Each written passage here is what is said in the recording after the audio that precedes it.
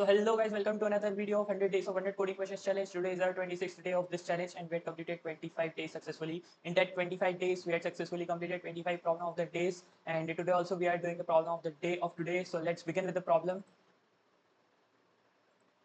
So we had given problem number 2192 today, that is all ancestor of a node in a directed acyclic graph. Acyclic graph क्या होता है कि इस graph के अंदर कोई साइकिल नहीं बन रही होगी. बेसिकली क्या बोलना चाह रहा है ये क्वेश्चन कि इसके अंदर जो हमारे को ग्राफ दिया हुआ है उसकी एक साइकिल नहीं बन रही होगी. साइकिल इन द सेंस कि अगर आप कोई एक नोड से स्टार्ट करते हैं तो वापस घूम के उसी नोड पे नहीं आएंगे, क्योंकि इसके अंदर क्या होता है एक इनफाइनाइट लूप या इनफाइनाइट रिकर्शन बन जाता है. अगर आप जीरो स्टार्ट करें, 0 1 पे जा रहा है, 1 2 पे जा रहा है, 2 3 पे जा रहा है और 3 वापस 0 पे नहीं आएगा. ये ए साइक्लिक ग्राफ होगा, मतलब इसके अंदर कोई भी साइकिल नहीं बनेगी. और डायरेक्टेड है मतलब आप सबको पता ही होता है कि इसके अंदर डायरेक्शंस गिवन होगी. इसके टॉपिक जो depth first search, breadth first search, graph, topological sort. जो आज का क्वेश्चन है थोड़ा सा कॉम्प्लेक्स क्वेश्चन है, तो इसके अंदर मैं आपको ट्राई करूंगा कि सबसे इजी से इजी जो वे हो सकता है वो बना के बता दूं. भले क्योंकि हम अगर इसको ऑप्टिमाइज करने जाएंगे तो इस क्वेश्चन के अंदर और उलझते जाएंगे, तो बेटर होगा कि हम इसका जो बेटर सॉल्यूशन है या जो ब्रूट फोर्स मेथड है उसको थोड़ा सा सॉल्व करने की कोशिश करें. तो मैं सबसे पहले क्या करता हूँ कि इसको स्प्लिट कर लेता हूँ एंड देखते हैं क्वेश्चन क्या बोल रहा है हमको. कि इस क्वेश्चन के अंदर हमको बेसिकली क्या दिया हुआ है कि हमको एक एरे ऑफ एरे जो है उसको रिटर्न करना है. उसके अंदर हमको क्या रिटर्न करना है कि जो भी एक एरे का नोड है या सॉरी एक ग्राफ का नोड है उसके कितने एंसेस्टर्स आ रहे हैं. अब एंसेस्टर्स कैसे निकालते हैं, जैसे 7 है तो 7 का एंसेस्टर क्या होगा, 3 होगा.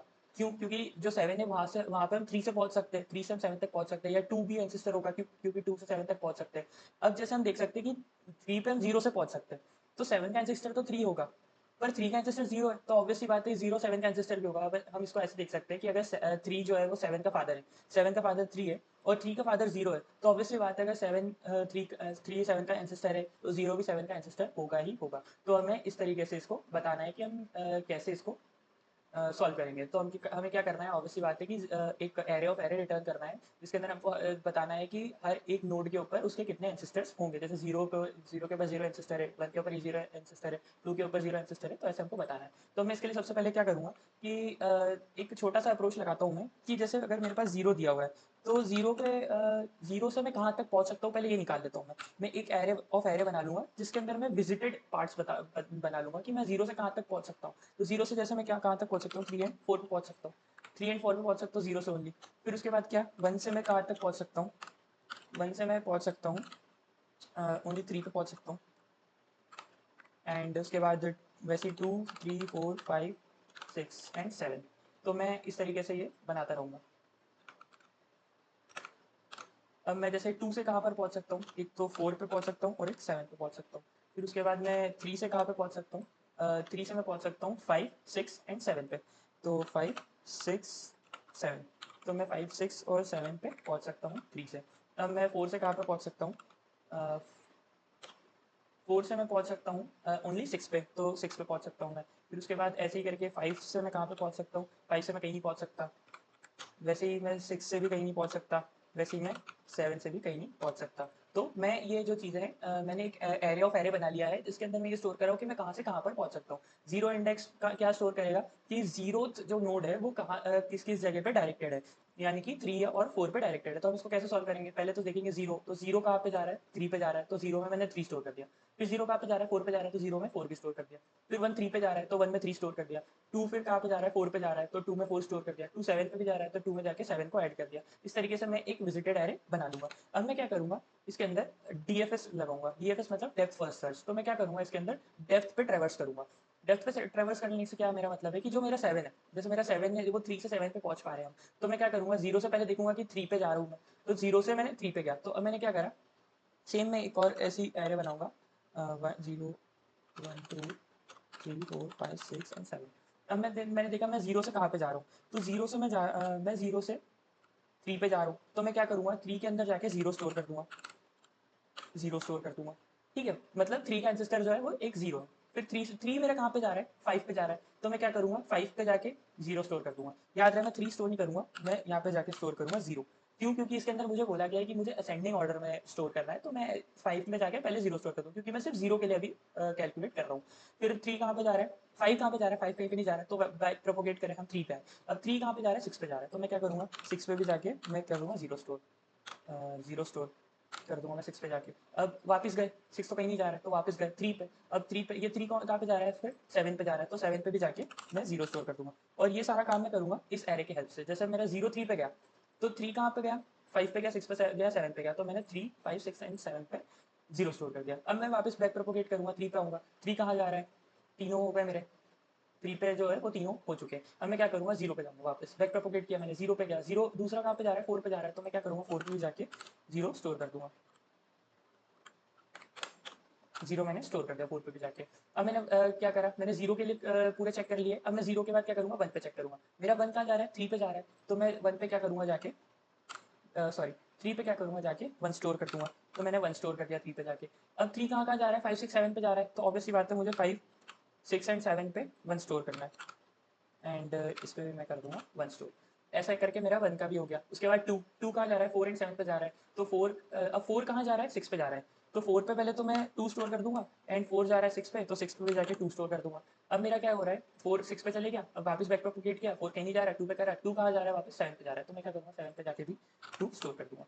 अब मैंने 2 स्टोर कर दिया, 2 के लिए भी देख लिया, 3 के लिए देख रहा हूँ मैं, 3 कहाँ का जा रहा है, 5 6 एंड 7 पे जा रहा है, तो 5 6 एंड 7 पे मैं 3 ऐड कर दूंगा, 3 एंड इस जगह पे भी 3 एंड इस जगह पे भी 3।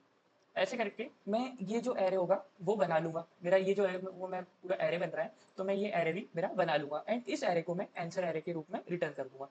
अब जैसे मेरा जो 1 है, 2 है एंड 0 है, वो कहीं नहीं जा रहे, तो उस जगह पे मैं खाली लिस्ट को रखूंगा। एंड उसके बाद मेरा इसी तरीके से मेरा अगर 4 तक हो चुका है, तो 4 के बाद 5 4 जा रहा है 6 पे, तो 6 पे मैं स्टोर कर दूंगा। इस तरीके से मेरा जो ये आंसर बन चुका है और मैं इसको रिटर्न कर दूंगा। एक छोटा सा अप्रोच है, मैं पहले बनाऊंगा ट्रैवर्सिंग एरे कि कौन सा नोड किस नोड से कनेक्टेड है, किस जगह पे डायरेक्टेड हो रहा है। सेकंड चीज, मैं उस डायरेक्टेड जो मैं लिस्ट बनाऊंगा उससे चेक करूंगा कि इसके एंसेस्टर्स कौन से क्या क्या आ रहे हैं, किसी नोड के एंसेस्टर्स क्या क्या आ रहे हैं यूजिंग डीएफएस। तो मैं क्या करूंगा, इसके लिए मैं क्या करूंगा, अ, सबसे पहले तो मैं कोड करूंगा। तो एक मेन फंक्शन बनाऊंगा, एक डीएफएस फंक्शन बनाऊंगा। तो सबसे पहले मेन फंक्शन में क्या बनाऊंगा, एक वेक्टर बना लूंगा मैं, वेक्टर जो कि स्टोर करेगा वेक्टर को, वेक्टर वेक्टर इंट एंड क्या स्टोर कर रहा होगा, इंट को, जो कि वेक्टर को कंटेन करेगा। एंड इसका मैं नाम रखूंगा आंसर एंड उसका जो साइज होगा वो एन होगा, क्यों, क्योंकि हमारे पास बेसिकली एन नोट्स प्रोवाइड किए गए हैं, तो एन साइज होगा। एंड मैं दूसरा बनाऊंगा एक एडजेसेंट लिस्ट, एक एडजेसेंट लिस्ट बनाऊंगा एंड एडजेसेंट लिस्ट का भी नाम रखूंगा, जो साइज रखूंगा वो भी 0 एन रखूंगा। अब मैं क्या करूंगा कि इस एडजेसेंट लिस्ट, मेरा एडजेसेंट लिस्ट क्या काम करेगा, बेसिकली वो लिस्ट होगा जिससे मैं ट्रैवर्स कर रहा हूँ, या मेरा जो डायरेक्टेड लिस्ट बनाया था मैंने फर्स्ट टाइम पे वो रहेगा। तो इसके लिए मैं क्या करूंगा, int I equal to 0, I is less than edges dot size, edges के साइज जितना मेरे को ये लूप रन करना है आई प्लस प्लस। अब मैं इसके अंदर क्या करूँगा, सबसे पहले तो अपना जो एडजेसेंट लिस्ट है उसको फिलअप करूँगा। तो एडजेसेंट लिस्ट, जो मेरा एडजेसेंट लिस्ट होगा उसके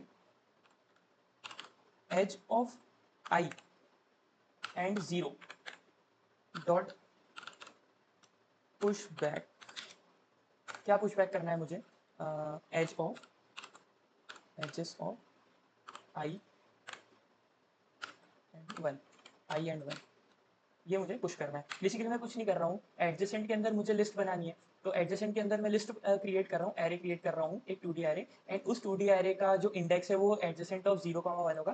तो बेसिकली जो होगा वो ये होगा, हर एक लिस्ट जो सब लिस्ट होगी उसका फर्स्ट पार्ट, उसके फर्स्ट पार्ट को मैं एज ए इंडेक्स ट्रीट करूंगा। तो ये मेरा पूरा इंडेक्स ट्रीट कर लिया मैंने, एंड उस इंडेक्स में मैं स्टोर कर दूंगा उसका सेकंड पार्ट। 0 पे जाके 3 स्टोर कर दो, फिर 0 पे जाके 4 स्टोर कर दो, फिर 1 पे जाके 3 स्टोर कर दो, 2 पे जाके 4 स्टोर कर दो, 2 पे जाके 7 स्टोर कर दो। इस तरीके से मैंने ये बना लिया। तो अब मेरा ये वन लाइनर लूप होगा, तो मैं इसको एक वन लाइनर लूप बना देता हूँ। एंड उसके बाद मैं क्या करूँगा, एक वन लाइनर लूप बनाने के बाद वन लाइनर से अच्छा मैं इसको इस तरीके से बना दूँ। एंड उसके बाद मैं क्या करूँगा, एक और फॉर लूप बनाऊँगा जो कि होगा इंट आई इक्वल टू 0 से लेके आई इज लेस देन एन तक एंड आई प्लस प्लस। और उसके अंदर मैं क्या करूँगा, इस लूप के अंदर मैं क्या करूँगा, इस लूप के अंदर मैं चेक करूँगा कि मैंने कौन कौन से एजेस को या कौन कौन से नोड्स को विजिट कर लिया है। तो इस तरीके से मैं क्या सोच सकता हूँ कि जैसे मैंने अगर 0 को विजिट किया है तो मैं वापस 0 पे ना जाऊँ, अगर मैं 3 को विजिट करा है तो मैं वापस 3 पे ना जाऊँ, क्योंकि अगर मैं जैसे मैंने 3 पे गया उसके बाद 5 पे बैक प्रोपोगेट किया, उसके बाद मैं वापस 3 पे आया, तो 3 मोस्ट प्रोबेबली 5 पे जा सकता है। तो यहाँ पे इनफाइनाइट लूप आ जाएगा। क्यों? क्योंकि 3 5 पे गया, बैक प्रोपोगेट हुआ, 3 पे गया, वापस 5 पे आया, 3 पे गया। तो मैं क्या करूँगा, एक ट्रैक रखूँगा कि जो भी नोड मेरे विजिटेड हो गए हैं, उस नोड को मैं वापस से विजिट ना करूँ। तो मैं उसके लिए क्या करूँगा, एक वेक्टर बनाऊँगा, वेक्टर बूल एंड मैं क्या करूँगा, एक बूलियन वेक्टर बनाने के बाद उसका नाम क्या रखूँगा, विजिटेड, एंड उसकी जो साइज़ रहेगी वो n रहेगी, एंड बाय डिफ़ॉल्ट उसके अंदर स्टोर होगा फॉल्स। अब उसके बाद मैंने क्या करा, एक वेक्टर बना लिया जो कि मेरा ट्रैक रखेगा, एंड उसके बाद मैं करूँगा डीएफएस। अब इस डीएफएस के अंदर मैं क्या भेजूँगा या क्या मैं इसके अंदर लेके आऊँगा, ये मैं बाद में देखता हूँ। अब इसके बाद मैं क्या करूँ, इस डीएफएस के अंदर मैं बेसिकली ज़्यादा कुछ काम नहीं करूँगा। इसके अंदर से मैं क्या करूँगा कि मेरा जो विजिटेड नाम का जो वेक्टर हो रहा है, उस विजिटेड नाम के वेक्टर के अंदर जो मैं नोड्स को विजिट कर रहा हूँ उसको ट्रू मार्क करते हैं। और बाकी बाद में मैं क्या करूँगा, जो भी ट्रू नोड है उसके जो एंसेस्टर्स होंगे उसको मैं मार्क कर लूँगा। तो इस तरीके से मेरा जो होगा वो डीएफएस की मदद से यहाँ पे जो विजिटेड नोड्स होंगे वो ट्रू हो जाएंगे, एंड जो भी विजिटेड नोड्स होंगे मैं उनको ट्रेवर्स करके, सिर्फ उन्हीं नोड्स को ट्रेवर्स करके एडजेसेंट्स को मार्क कर दूंगा। तो मैं एडजेसेंट्स को कैसे मार्क करूँगा, और int j equal to 0 and j is less than n and j plus plus, ये मेरा एक फॉर लूप हो जाएगा। एंड इसके अंदर मैं क्या करूँगा कि इफ़ i इक्वल टू अगर j हो गया, यानी कि मैं अगर एक कांस्टेंट स्पेस पे पहुंच गया कि अगर मेरा i भी 0 है एंड j भी 0 है, तो मैं वापस से मेन नोड पे आ गया हूँ, तो इसके लिए मैं क्या करूँगा, कंटिन्यू कर दूंगा। एंड उसके बाद क्या होगा, जैसे इस टाइम पे क्या होगा, मेरा 0 कंप्लीट हो चुका होगा, उसके बाद मैं करूँगा 1 पे चले जाऊँगा, 1 पे शिफ्ट हो जाऊँगा। एंड इसके अंदर मैं क्या करूँगा, इफ़ विजिटेड ऑफ जो j है, विजिटेड ऑफ j अगर मेरा मतलब या मेरा जो एक नोड है वो विजिट हो चुका है, तो उसके लिए मैं क्या करूँगा कि आंसर ऑफ j के अंदर मैं क्या कर दूंगा, पुश बैक i, यानी कि ये जो है उसका एंसेस्टर होगा, यानी कि मैंने जो विजिट किया है वो उसका एंसेस्टर होगा। अब मैं मेरा जो ये फंक्शन है ये कंप्लीट हो चुका है। अब मैं इसके बाद एक और फंक्शन बनाऊंगा जो कि मैंने आपको बताया था, वॉइड डीएफएस, एंड इसके अंदर मुझे क्या क्या रिक्वायरमेंट्स होगी वो हम अभी बात करते हैं। एंड इसके अंदर मुझे क्या क्या रिक्वायरमेंट्स होगी वो मैं इसके अंदर देख लेता हूँ कि मुझे सबसे पहले इसके अंदर रिक्वायरमेंट होगी एक सोर्स की, जिसको मैं इसके अंदर मेरे को एक रिक्वायरमेंट होगी सोर्स की कि मैं किस नोड पे प्रेजेंट हूँ, एंड उस नोड किस नोड से मैं डीएफएस को कॉल कर रहा हूँ, एक सोर्स नोड। एंड उसके बाद होगा एडजेसेंट लिस्ट, एंड उसके बाद होगा एडजेसेंट लिस्ट के बाद होगा मेरा विजिट, विजिट वाला जो मेरा एरे है या लिस्ट है उसको मैं पास कर दूंगा। अब मैं डीएफएस के अंदर क्या करूँगा, सबसे पहले तो बनाऊंगा एक इंट आई या नोड जो कि मेरा सोर्स नोड होगा, तो इसकी जगह मैं इसके अच्छा सोर्स भी कर देता हूँ। उसके बाद मेरा होगा vector of vector int, and इसका नाम मैं रखूँगा v, मुझे इसको रेफरेंस के साथ कॉल करना पड़ेगा। एंड इसके बाद मेरा होगा vector of bull visit.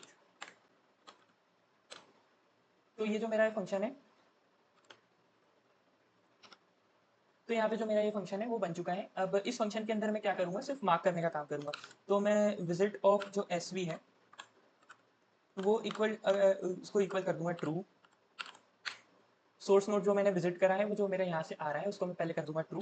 And उसके बाद क्या करूँगा, for int i equal to 0, i is less than v of s v, मतलब मेरे को कहाँ तक जाना है, वी ऑफ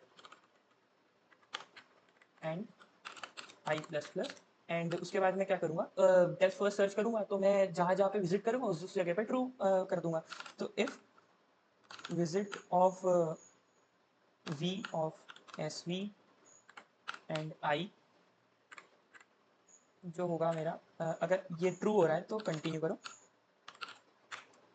इसकी जगह मैंने क्या करा है, ये इंडेक्स बता रहा है कि v जो है मेरा, या तो v जो है वो एडजेसेंट लिस्ट है, उस एडजेसेंट लिस्ट जो है वो टू डी लिस्ट है, तो उसके अंदर मेरा जो वो नोड है, पर्टिकुलर नोड, वो अगर ट्रू पहले से है तो कंटिन्यू कर दो, क्योंकि वापस ट्रू करने की ज़रूरत ही नहीं है। एंड एल्स जो होगा वापस से dfs कॉल करो, एंड उसके अंदर इस बार भेजो v of s we of I comma v comma visit.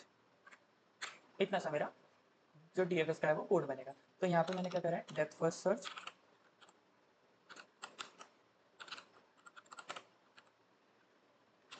Depth first search, and उसके बाद मेरा जो है छोटा सा कोड है। अब इसके बाद मैं क्या कर दूंगा, यहाँ पर रिटर्न कर दूंगा आंसर को। मैं देखता हूँ ये कोड मेरा रन हो रहा है नहीं।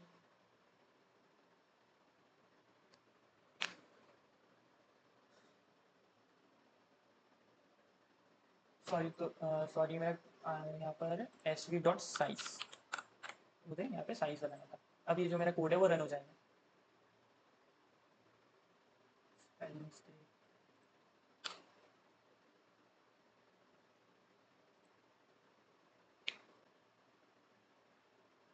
तो मेरा कोड यहाँ पर, सॉरी, यहाँ पे आई आएगा। अब मेरा जो कोड है वो एररलेस हो चुका है, एंड जो कोड है मेरा एक्सेप्ट हो गया है। अब मैं इसको सबमिट करके देखता हूँ क्या ये सारे टेस्ट केसेस पास कर पाता है। तो हाँ, ये मेरे सारे टेस्ट केसेस पास कर पा रहा है, एंड बहुत अच्छी जो हमारी टाइम कॉम्प्लेक्सिटी है वो भी आई है। सो इसी के साथ हमने आज का जो कोड ऑफ द डे उसको कंप्लीट किया है, एंड आज का जो चैलेंज था उसको भी कंप्लीट किया है। And if you like my video, please hit the like button, and if you want to maintain your streak up to 100 days with me, please subscribe my channel and hit the bell icon, set it to all so that you can get all the notifications of my upcoming videos. Thank you.